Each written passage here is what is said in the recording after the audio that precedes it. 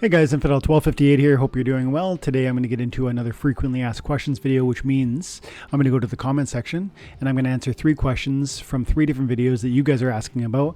It's not necessarily even questions. Sometimes they're criticisms or critiques, and sometimes those are the most exciting ones to touch. So I don't know what we're going to get into, but we're going to get into it together, and if that sounds interesting, stick around. Otherwise, maybe come back for another video another time. Have an amazing day. Let's get into it.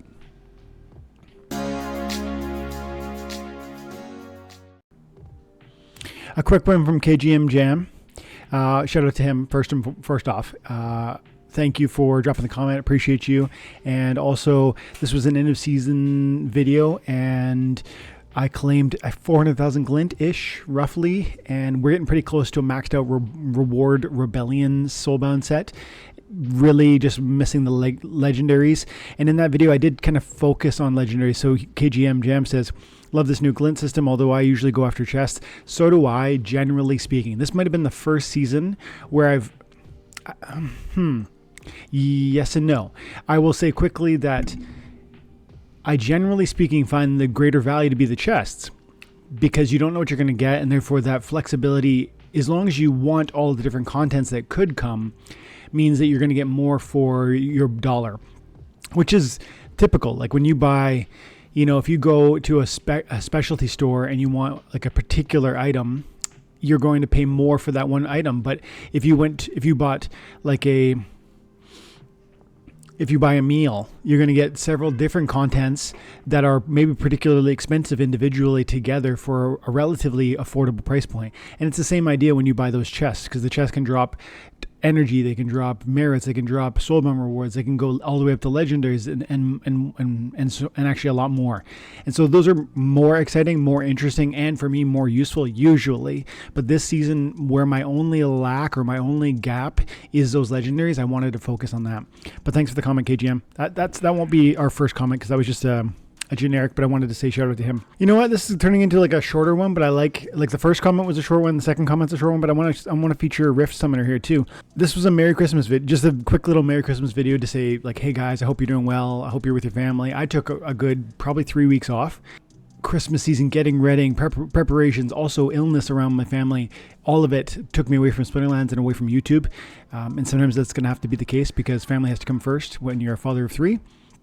But I did do that video for you guys, and I love to see Rift Summoner here. He said, you asked me this in one of your videos, and I forgot to reply. Yes, Dwayne, I started free to play, and yes, I was one of your scholars. That's how I built life-changing wealth to even make Splinterlands my full-time job besides game dev.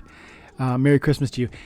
I just wanted to feature that because, one, Rift Summoner's been around for a while, and I love that. Thank you, ma'am. Second of all, because of the positivity around this idea of like, you started free to play and you've moved into something bigger for yourself, and you're happy with where you're at, and you're excited with what clearly by the tone you can read between the lines.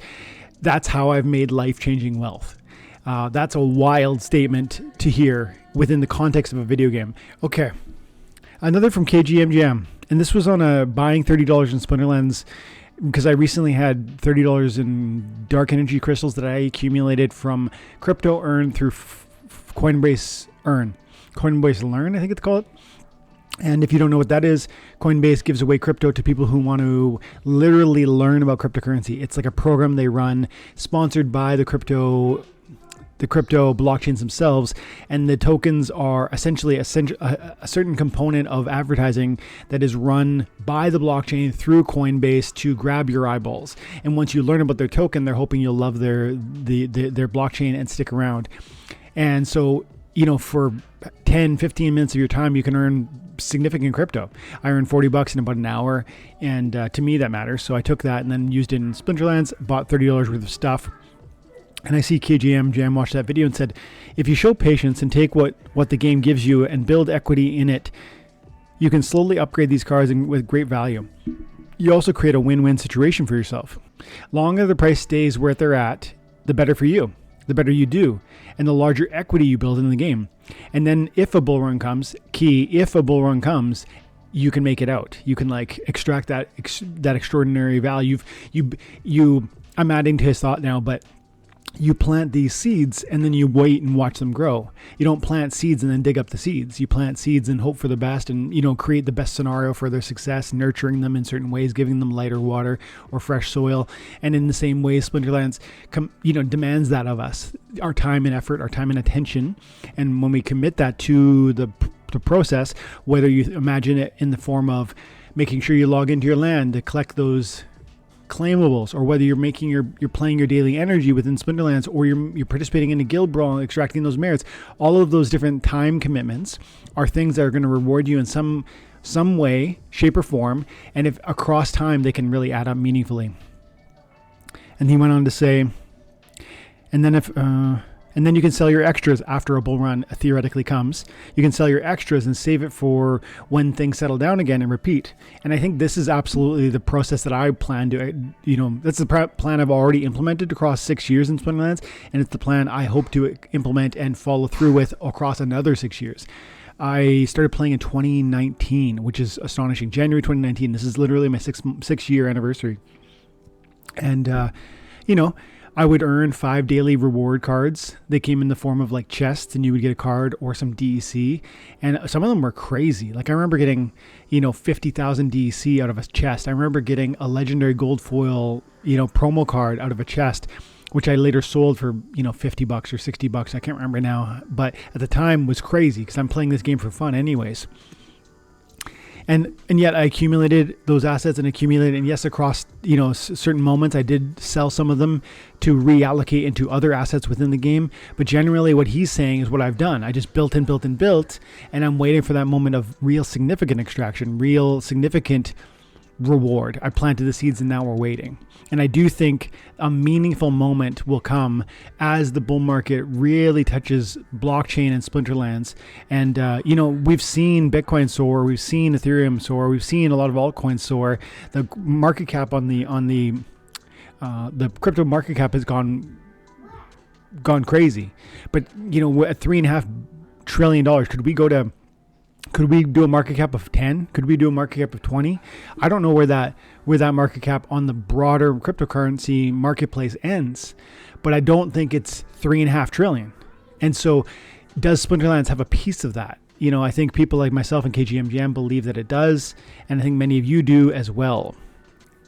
And I do think the vision isn't just ride to the moon and get out. It's ride to the moon, take some profit, and keep that dry powder aside, as he says, till things settle down so you can do it all over again.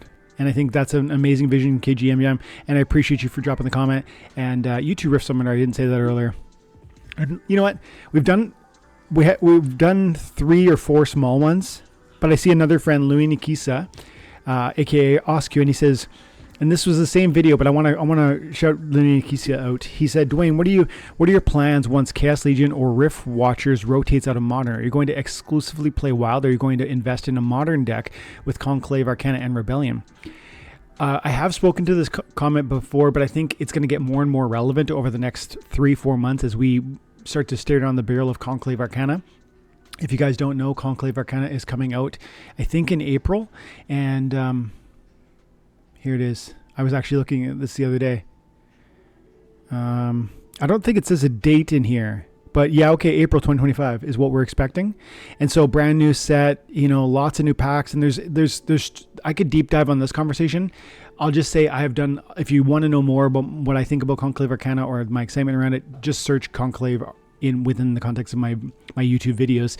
But I will say here again, I'm super excited about this set. I do think there are some reason to believe that this might be overprinted, because I do think a bull market is going to touch Splinterlands, and therefore I do think extra riches are going to be sloshing around in your pocket and mine, and people like us who already love this are going to go deeper than you even think now.